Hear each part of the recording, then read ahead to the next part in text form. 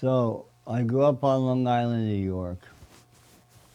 As a young child, there was a TV show called Andy's Gang.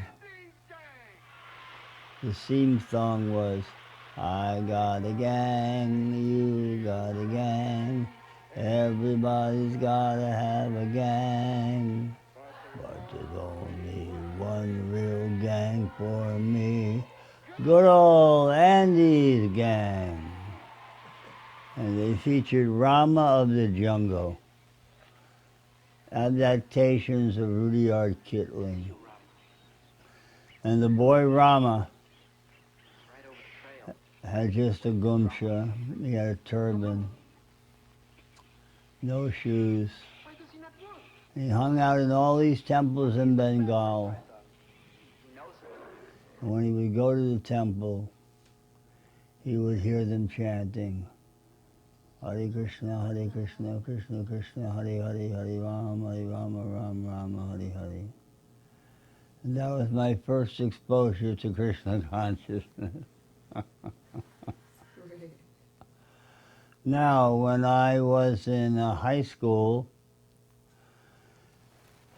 probably 10th grade, I guess 10th grade, a friend of mine, a good friend of mine, I had gone to Catholic school, so I grew up as a Catholic. So a good friend of mine, Peter Campanella, was in New York City. He came across a store called Matchless Gifts. He bought a copy of an album where Prabhupada chanted Hare Krishna. Hare Krishna, Krishna Krishna, Hare Hare, Hare Rama, Rama Rama, Hare Hare. He brought this album home and called us all up and said, you guys are not going to believe what I found. He said, what? He said, I got a transmission here from a spaceman. This guy is from outer space. He's brought a message. I don't know if anybody's deciphered it yet, but he brought a message, and if you listen to him chant, you'll go into ecstasy and do the dance of ecstasy. So we were all little wise guys, we were little punks. But we thought, how are we going to pass up listening to a spaceman? So we all got together and we were smoking some hashish, Campanella's house. And he had bongo drums and cymbals, and we started chanting. And by the time the chanting over, we were in ecstasy. And so I still have the Hare Krishna album. And so these guys had a store in Laguna called the Brotherhood of Eternal Love. And they had a juice bar and a bookstore and a place you could sell clothes. And in the back they had a meditation room. And another guy was working there, his name was Nanda Kumar. He and I became good friends. We go in there one day, and here they are in the back room chanting Hare Krishna. I had no idea anybody even knew about chanting Hare Krishna but us. But we went back in, and Dinanath was there, Tamal Krishna was there. Several other devotees were there. They told us all about the temple and that we had to go. So we decided we'd hitch up to LA and see what the temple was about. And Prabhupada was just arriving, and everybody was just in a tussle getting ready for Prabhupada to come. I was still a hippie. I had long hair and a beard. But the devotee said I could go down to the flower market, and I could get some flowers and I could make a garland for Prabhupada. And so when Prabhupada came, I made a garland, and he got off the airplane and walked out to the car, and I bowed down and I put the flowers around Srila Prabhupada's neck and bent down and touched his feet. And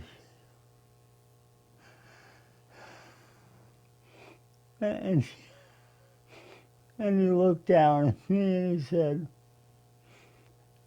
so, when will you be joining? I really didn't have an intention to join then, but I knew the way he looked into my eyes that I would be joining soon. And I went back to Laguna. I had many devotee friends who were there. Krishalya was a god sister, and she was there. And Krishalya she was to me was one of the most mystic girls I've ever met in my life. She was so spiritually minded and knew everything about Bhagavad Gita. She could preach so nicely. So the whole time I was living in Laguna, I was going down to San Diego to the Self-Realization Fellowship.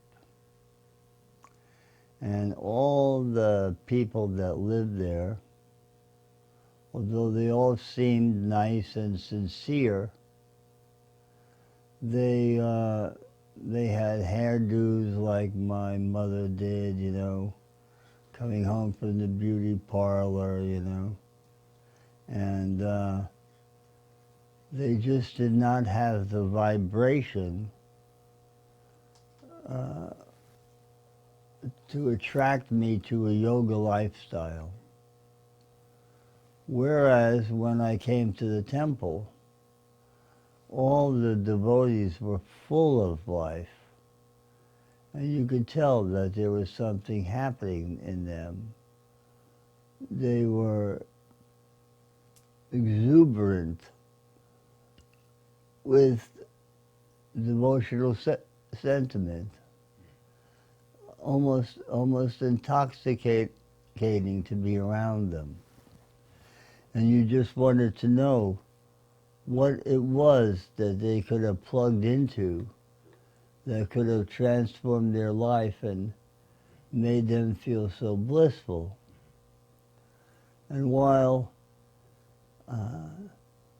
there wasn't anything lacking on a mundane level in my life, there was something lacking deep in my heart. And I didn't feel complete, and I felt a yearning. And that is what made the difference between other things that I might have been looking at versus my encounter with the devotees. Good. And so then I went up to San Francisco, made the transaction, met with Bob Rubahan, went down to the temple, and went up to attend Arti. Hansaduta was doing kirtan, and Hansaduta was just an ecstatic kirtan leader. And I fell in love with Hansadut immediately. I accepted him as my elder god brother. And he had had a lot of association with Prabhupada and could just tell the most nectarine stories about Prabhupada. And so I shaved my head that day and I joined the temple. So that was how I became a devotee. What happened was that George Harrison had given the manor to the London devotees. And there was a shuffling around of personnel, and Prabhupada wanted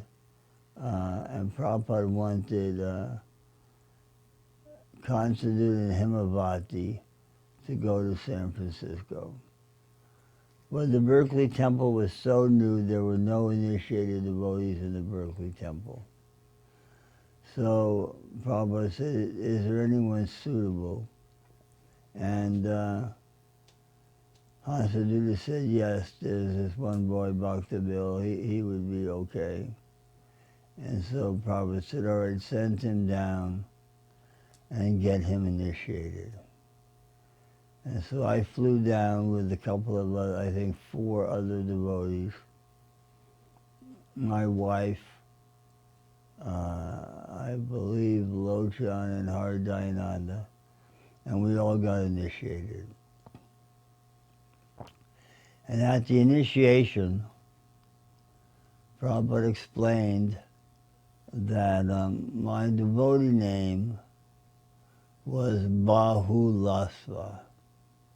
And he described that Bahulasva was a king, and he was a great devotee of Krishna. And he was renowned for having many horses.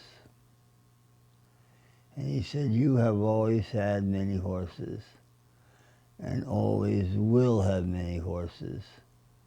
And therefore, I give you this name, Many Horses. And I grew up, my family raised and trained horses. And all through my adult life, I've had horses. And even now, as I'm approaching the end of my life, I still have one horse. That showed me that Prabhupada was no ordinary person in my life, and that there were numerous instances when Prabhupada read my mind, where I would go in to see Srila Prabhupada, and I'd been fretting about something or been in anxiety, and Prabhupada said, so, Bahulasva, you've been thinking this? And he would know exactly what I had been thinking. And then I would say, yes, Srila Prabhupada. And then he said, have you worked out the solution? And I would say, no, Srila Prabhupada. And then he would say, then I recommend you do this. Well, what can you say, right? Who can do that to you, you know? And so then what shortly happened, and this was a giant boon for me. This was a boon. And I do not want to present this in a way to glorify myself. Because it was all Prabhupada's grace. And I just happened to be in the right place at the right time. So I had no college education. I did not even think of myself as an intellectual person. And here I was the temple president of Berkeley Temple. And for some reason, one day, this gentleman came to the temple on Durant, and he was Dr. Stilson Judah. And he was the head of the Berkeley Theological Seminary. And he told me he wanted to compile a book about Krishna consciousness, and specifically what makes a person become a devotee. And so I told him I'd ask Prabhupada if I could get permission. And Prabhupada said, yes, give him permission. And so this began a 2-year project where we put together questionnaires about background, what were your thoughts like before, and so on and so forth. And we submitted it to Srila Prabhupada, and he was very pleased with it. And Dr. Judah went ahead and published this book. And he derived great notoriety for doing this book. It was the first of its kind. And he derived great notoriety and became very intimate with Srila Prabhupada. And because of my contact, like a liaison between him, every time Prabhupada wanted to see Dr. Judah, he would invite me down. On one of these walks with Dr. Judah, Srila Prabhupada was explaining that the way to become Krishna conscious is through the practice of devotional service, of sadhana. And that if you don't practice getting up in the morning, going to arti, chanting, shravanam, kirtanam, all the various ways to practice devotional service, then there's no question of you becoming Krishna conscious. You can't become Krishna conscious without engaging in the activities of devotional service. And so I made some kind of comment, some kind of foolish comment came out of my mouth about the importance of this or that. And Srila Prabhupada turned around and told me that he had been explaining this to me for 100 lifetimes. And all the devotees went, oh, as if that was a compliment, that Prabhupada had to come back 100 times to save me from ignorance. But Prabhupada actually meant, at least I took it in a way, that this is how foolish you are, that after 100 lifetimes you're still not getting the message that Krishna consciousness has to be practiced. Can you say like that, any statistics that nobody has? Maybe we have not seen him or has seen God. That is quite possible because we have not scrutinizingly studied all the men of the world. Yes. Then how you can say nobody has seen? You have not seen the man who has seen him. So the man He will not admit his fault. He will accuse others. Nobody has seen God. Why? You may not have seen, but why you say nobody has seen? You have not seen that person who has seen God. Therefore you say like that.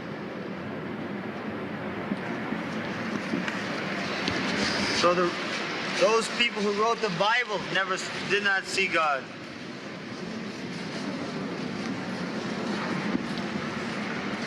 That is, when God is canvassing, here I am, Krishna, they will not see it. And still they accuse nobody has seen. Now there's a few quick incidences, but before I would jump to them, I would note that my dearest God brother and friend who passed away just a few years ago, Dharma Jaksha, had joined the movement. And where I may have excelled in organizational skills, Dharma excelled in academic skills. And Dharma was able to take the entire university curriculum and decipher it so that we could have a class not just in religious studies, but a class in archaeology, in Hindu sociology. And so where I was where I had a robust college program, lecturing once or twice a week. Dharma, with his brilliance, turned that into, you'd go to the university, you'd do 3 or 4 lectures at a time. And so it became a giant program. We made lots of devotees came and joined on the basis of that. And so the next professor I got to meet was Dr. Theodore Rozak. And he was I would say, a bigger intellectual than Dr. Judah was. And he wanted to write a book, The Making of the Counterculture. And so Dr. Judah introduced him to me, and I flew down to L.A. and introduced him to Prabhupada. And somehow or other, I became the liaison person between the professors and Prabhupada. Okay, so Dr. Rozak and Dr. Judah had different slants, okay? Dr. Rozak was the intellectual, and Dr. Judah was more like an administrator. And so those conversations took different twists. And Dr. Rozak, even though he would be sometimes challenging to Prabhupada's view, he was always, always highly respectful of Prabhupada's view. And Prabhupada had different themes that he would discuss with these professors. And one of the themes that he discussed was life comes from life. And so this topic, life comes from life, this topic Dr. Rozak latched onto, okay? And he saw in this a topic that he could actually make a mark in, okay? And he wrote a book called The Voice of the Earth. Now the premise of this book is very deep, and I won't go into it in its full scope, but I've read it a dozen times myself. So the idea is this: how did the universe come into being? So let's not approach this with any kind of bias, okay? Let's say that neither of us know how the universe came into being, right? Well, we have all this data, and we're going to try to compile this data and see if we can indeed make some sense out of it. So yes, so this is it here. So you can see how many times I read it. The cover is coming off.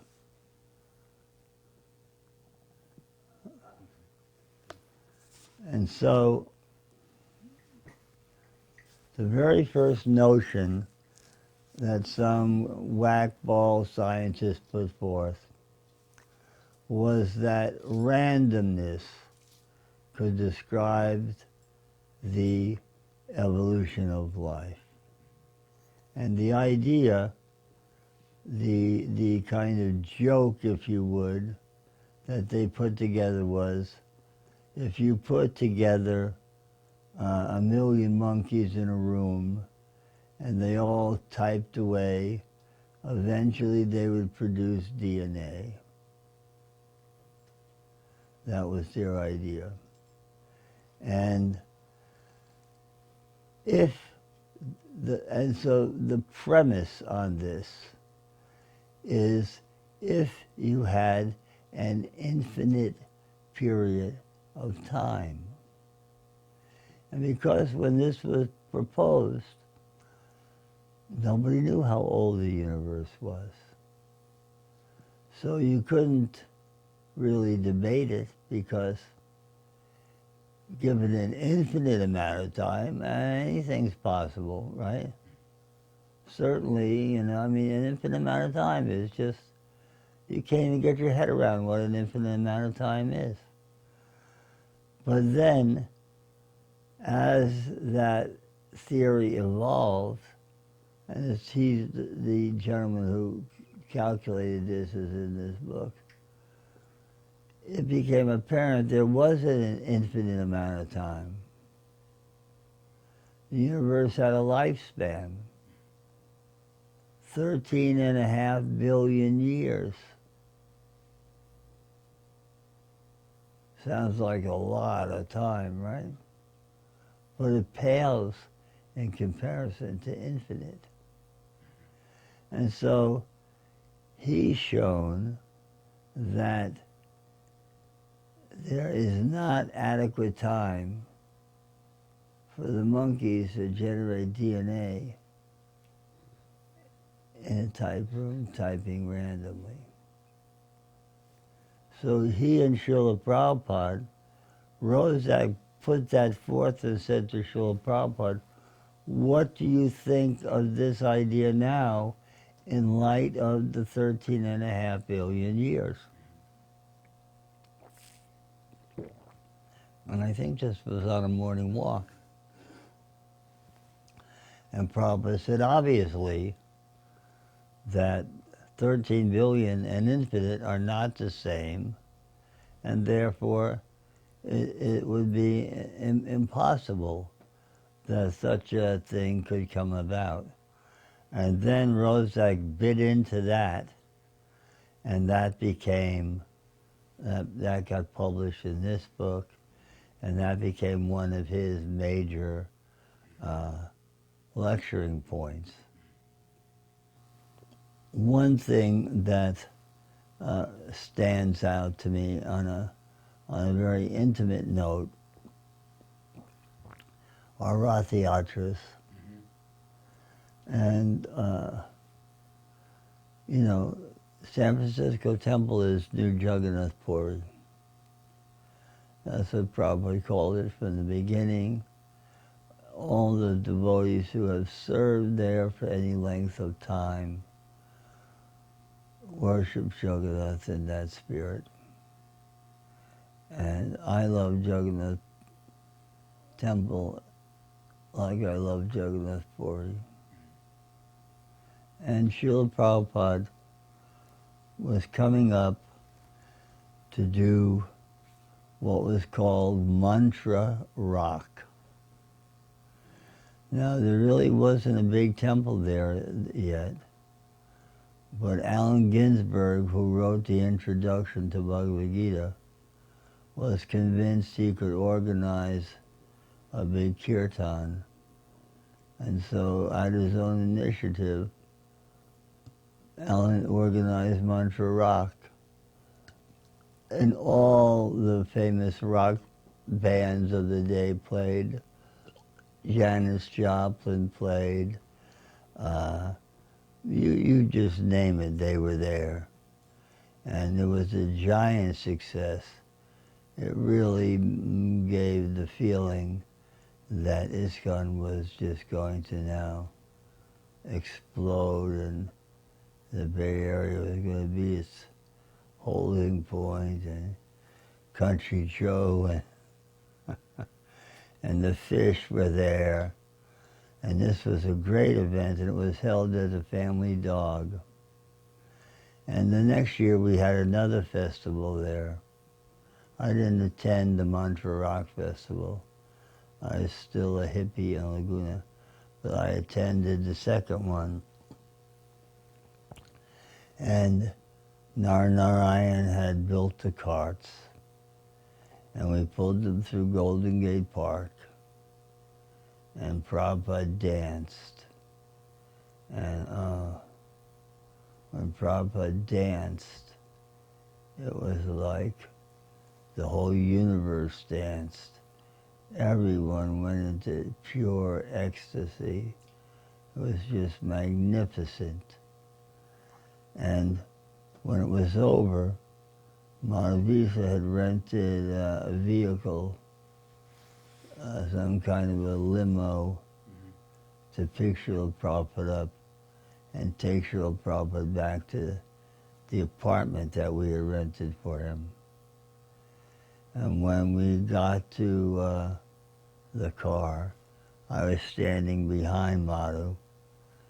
Srila Prabhupada was sitting on the passenger side with his legs on the ground. And Madhavisa was kneeling like this.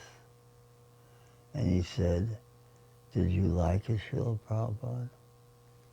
And Srila Prabhupada grabbed Madhavisa by the head, rubbed his hands on his head and kissed him, and said, "I loved it, Madhavisa."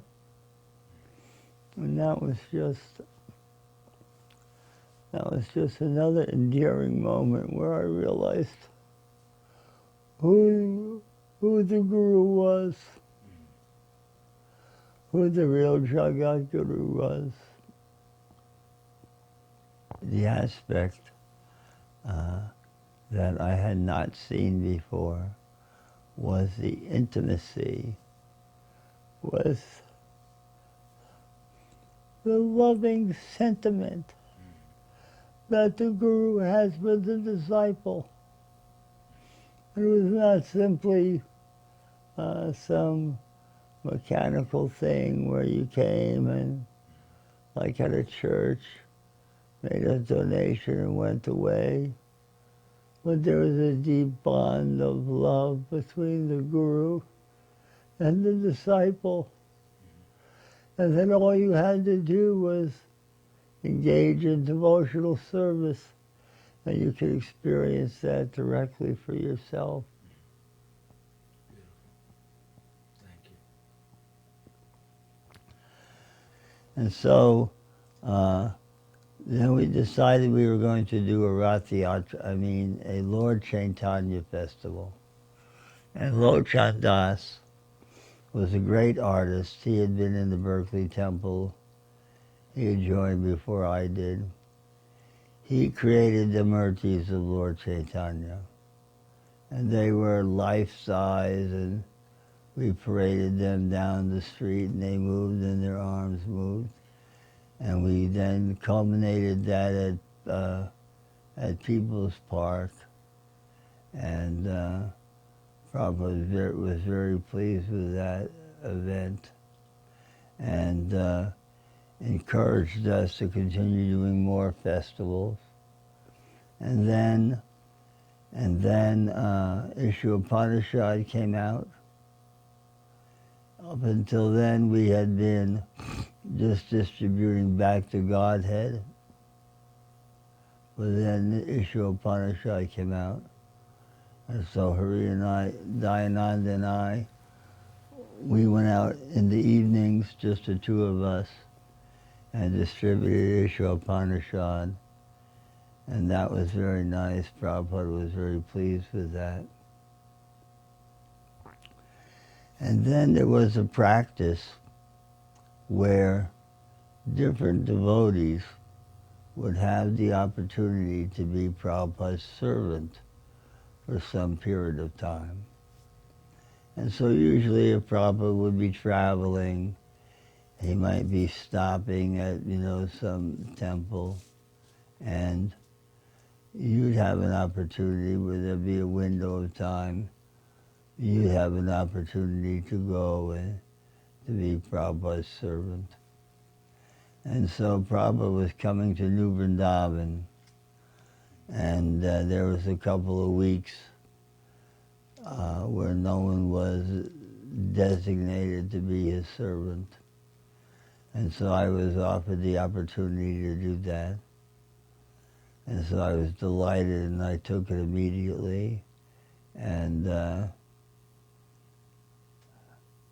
I bathed Prabhupada and would massage him with mustard oil and rub sandalwood paste on his head and sit next to him and fan him and stuff. It was very hot in New Vrindavan. And one night, I was getting Prabhupada's bed ready, and I had laid out all his sleeping paraphernalia.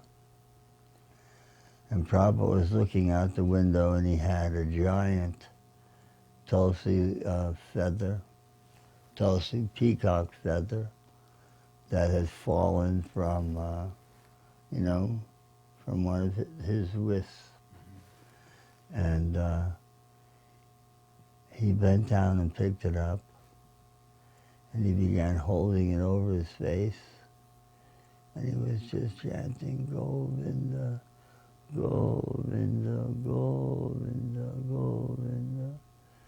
And Prabhupada just became so overwhelmed with ecstasy that I was just bewildered.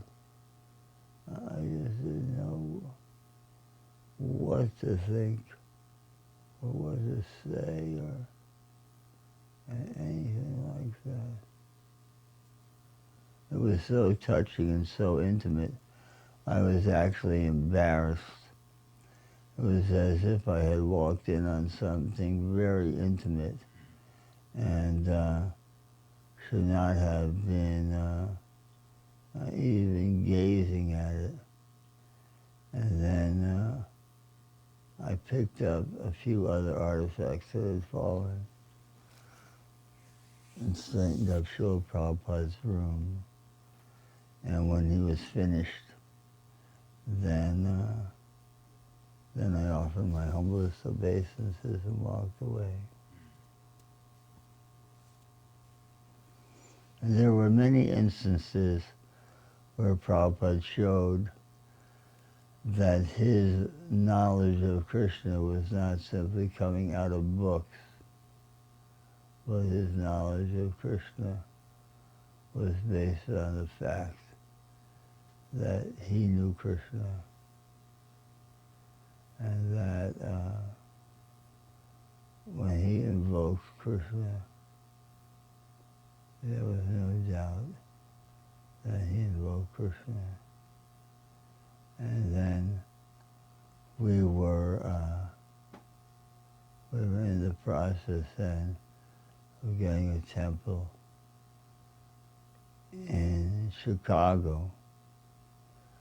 And I had saved up Lakshmi to buy the building. It was very hard doing Sankirtan in Chicago because it was the meat-eating capital of the world. It was very demonic. And the winters were horrible. And the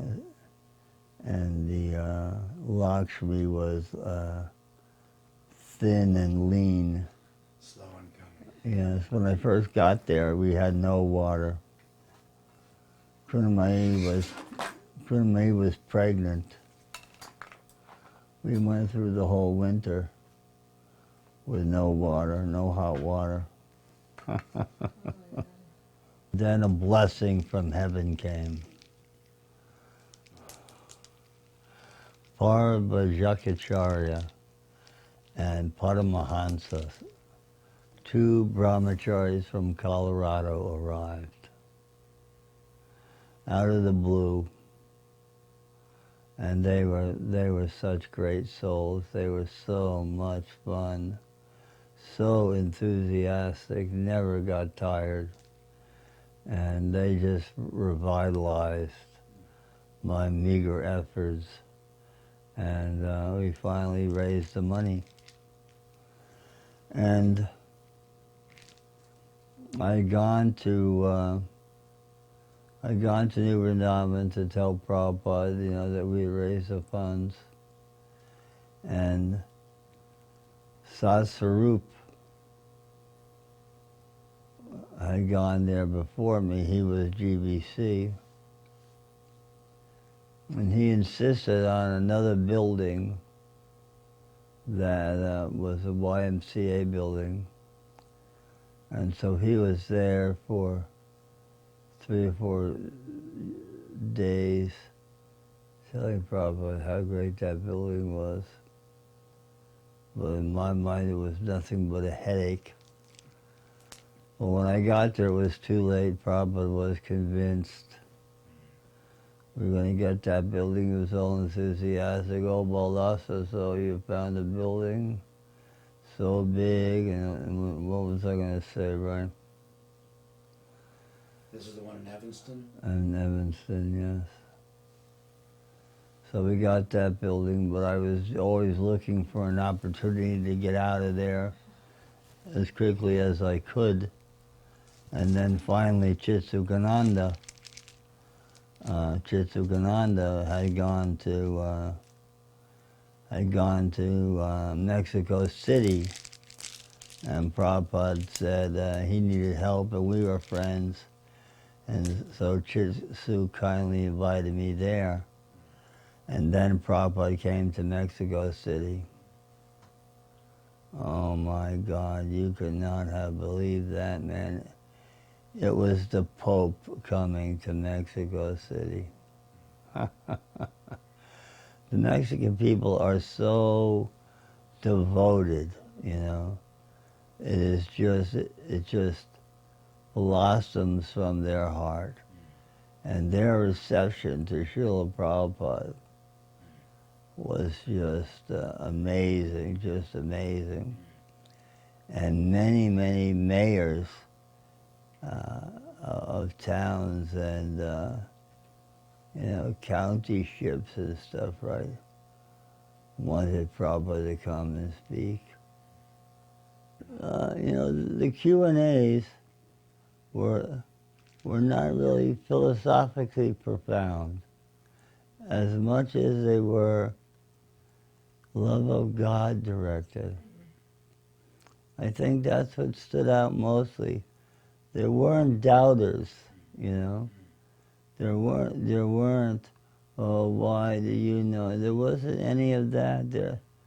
There was, they saw Prabhupada, They saw who he was. They knew who he was. And it was just more take shelter at Prabhupada's lotus feet and that kind of just loving devotion. Well, the most attractive quality, the most undeniable quality is unalloyed devotion. This I have never seen in another human being, okay? Never seen anything like it. Real love of God. And there have been, due to my false ego, there have been little tweaks and things here where I might have got puffed up and had some ego difference, between how this could be or that could be philosophically. They don't amount to anything. They don't even come close to the devotional sentiment that you encounter when you see Srila Prabhupada and when you render service to Srila Prabhupada. I want to offer my humblest obeisances to my God brothers and God sisters who I've had the good fortune to know. and to serve Srila Prabhupada in this life. Thank you all, Prabhus and Prabhujis. All glories to Prabhupada, all glories to Lord Chaitanya. Haribol. Jai Anilo Premadana Koruna Prachu